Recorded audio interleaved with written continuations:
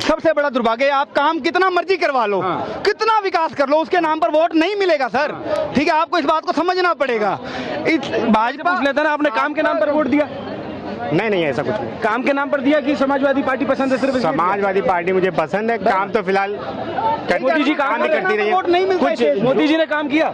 जो काम उधर से मिलता रहा है हम लोगों को अखिलेश की तरफ से, वो काम मुझे नहीं मिल पाया। जैसे 5 काम, जैसे कि हर चीज में क्वालिटी रही है। जैसे जैसे कि टेबलेट में इन लोगों ने फोन बांटे, जो क्वालिटी इसकी कमजोर, मतलब इसकी वो क्वालिटी नहीं रही, उसकी क्वालिटी जो रही है फोन बांटे। हाँ, अच्छा, और क्या बांटे?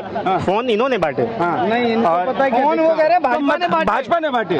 तो समाजवादी पार्टी ने काम नहीं किया? अखिलेश ने वो दिया, क्या बोलते हैं, लैपटॉप दिया। अच्छा, वो मोबाइल से लैपटॉप आ गया इसलिए आपने उनको वोट दिया? नहीं, कुछ ऐसा नहीं। राशन मिला आप लोगों को? जी बिल्कुल मिल रहा है।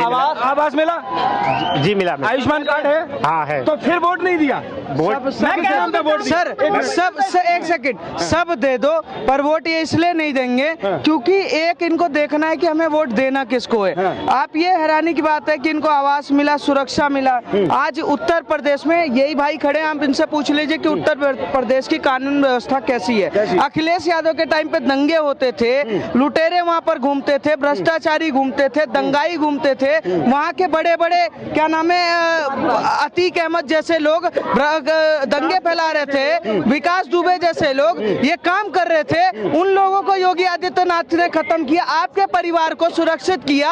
अगर किसी के परिवार को सुरक्षा दे और वो अगर व्यक्ति वोट ना दे तो ये सर इससे बड़ा दोगलापन हो ही नहीं सकता कि इससे बड़ा कोई भ्रष्टाचार, इससे बड़ा कोई दोगलापन इसलिए नहीं हो सकता क्योंकि ये देखते हैं कि सरिया कौन लागू करने वाला है, काम कौन बचाने वाला है। एक रामपुर है, झारखंड में रामपुर है, जहाँ पर 2362 घर है, वहाँ पर 523 लोगों को घर मिला। प्रधानमंत्री नरेंद्र मोदी जी के वो बूथ है, उस बूथ पर नरेंद्र मोदी की सरकार 523 मुसलमानों को घर देती है, पर मुसलमान में से एक बंदा वहाँ पर वोट नहीं देता। ये देखते हैं कि हमारे कौम को कौन बचाएगा। मस्जिद से जो आदेश तो पत्थर मारो, मस्जिद से आदेश तो वोट डालो। मैं ये कह रहा हूँ, नरेंद्र मोदी से मैं गुजारिश कर रहा हूँ कि इस देश के एक मजहब के लिए आप काम करना बंद कर दो। जो आपको वोट दे उसके लिए काम करो। सीधी बात, सबका साथ सबका विकास सबसे बड़ा झूठ है, क्योंकि यहाँ पर एक कौम ये जानती है कि आप चाहे उसके घर में सोने का गेट लगवा दो, चाहे उसके बच्चे को आप IPS ऑफिसर बना दो, वो उसी को वोट देगा जो उसको पत्थर चलाने की ट्रेनिंग के लिए पैसे टाइम पर देगा।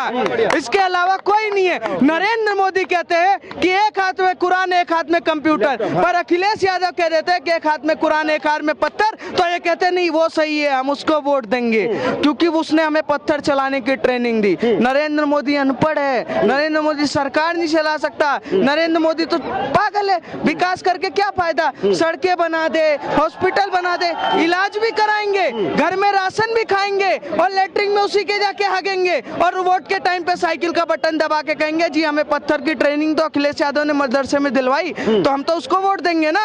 तो वो मजहब के हिसाब से वोट देने का जो काम ये लोग कर रहे हैं, ये देश के लिए बहुत बड़ा खतरनाक है और खतरा है। आने वाले समय में हिंदुओं को सोचना पड़ेगा कि आप कब तक राजपूत और ब्राह्मण, वैश्य, SC ST OBC आरक्षण और इसमें बटोगे। आपको सोचना पड़ेगा कि आपके सामने ही वो बंदा किसी और को वोट दे रहा, पूरा घर लेने के बाद, पूरा राशन लेने के बाद, पूरा सब सुविधा लेने के बाद भी वो वोट उसी को दे रहा है जो सरिया की बात कर रहा है, जो मुस्लिम पर्सनल लॉ वोट की बात करता है, जो वक्फ वोट की बात करता है। ऐसे लोगों का बाइकआउट करना ही जरूरी है इस देश के लिए। अर्थव्यवस्था के लिए सबसे बड़े कलंक अगर कोई है तो ये ऊंचे पैजामे और टोपियां, इसके अलावा कोई नहीं। अभी तो वो कह के भी गए कि मुझे सब कुछ मिला पर मुझे सपा पसंद थी, मैंने वो वोट दे। पसंद क्या, आप जीजा थोड़ी ना चुन रहे हो कि तुम्हें पसंद था चुन लिया, तुम्हें विकास पर जो वोट देना था ना। तो इस सोच को बदलना पड़ेगा, इस देश के हिंदुओं को सोचना पड़ेगा कि हम बटे तो कहीं ना कहीं कटे।